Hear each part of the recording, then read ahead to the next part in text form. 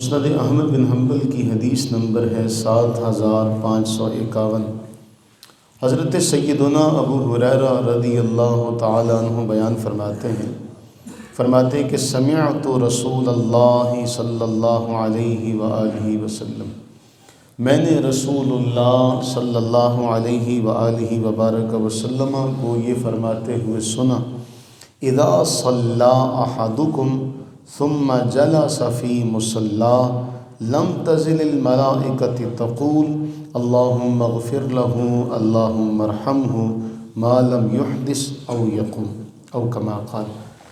جب نمازی نماز پڑھ لیتا ہے اور نماز پڑھنے کے بعد وہ جب تک اپنی اسی جگہ پر بیٹھا رہے جہاں اس نے نماز پڑھی ہے، تو جتنی دیر تک وہ بیٹھا ہے اللہ تعالیٰ کے ملائکہ اس کے لیے دعا کرتے ہیں کہ اے اللہ اس کی بخشش فرما، اے اللہ اس پر رحم فرما۔ صحیح بخاری کے اندر یہ روایت 477 نمبر، اس میں یہ اضافہ ہے کہ رسول اللہ صلی اللہ علیہ وسلم نے فرمایا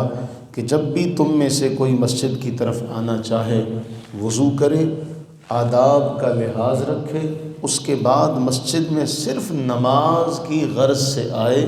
تو اللہ تعالیٰ اس کے ہر قدم پر اس کا ایک درجہ بلند کرتا ہے، اس کا ایک گناہ معاف کرتا ہے۔ مسجد کے اندر آئے اور نماز کے انتظار میں بھی جب تک رہے گا وہ نماز ہی میں ہے،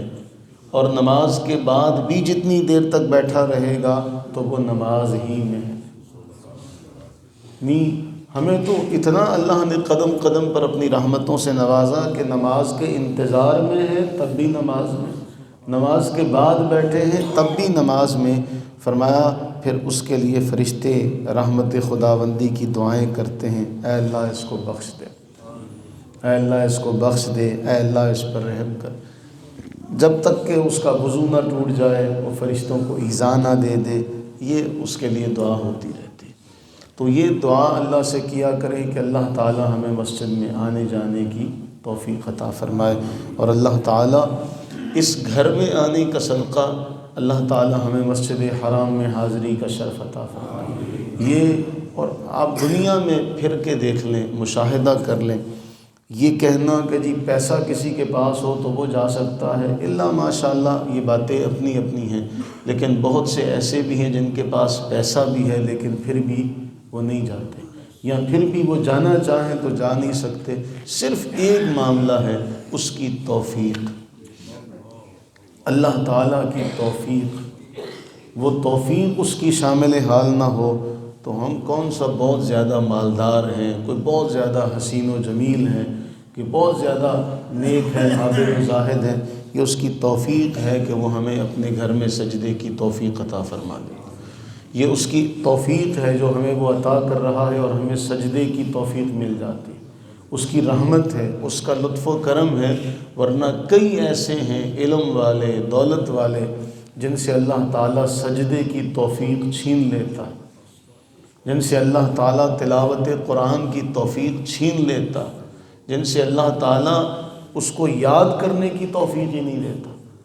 حضرت واصف علی واصف نے کیا فرمایا تھا، بابا جی اشفاق صاحب نے بھی بڑا خوب فرمایا کہ وہ آزمائش جو تمہیں رب کے قریب کر دے۔ اور پھر انہوں نے ایک جملہ بڑا حسین کہا حضرت واصف نے کہ اگر انسان کو غریبی اللہ کے قریب کر دے تو وہ بھی رحمت ہے، اور اگر امیری دور کر دے تو وہ دوہرا عذاب ہے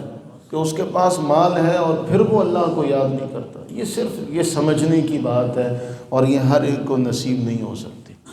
یہ وہی جانتا ہے جسے اللہ تعالیٰ معرفت کی، جسے اللہ تعالیٰ توفیق کا جو لطف ہے نا وہ عطا فرما دے۔ ورنہ باتیں تو سب کرتے ہیں، ہر دنیا میں جتنے بھی لوگ آئے سب کے پاس زبان ہے، اور اس زبان سے وہ باتیں کرتا چلا جاتا۔ تو یہ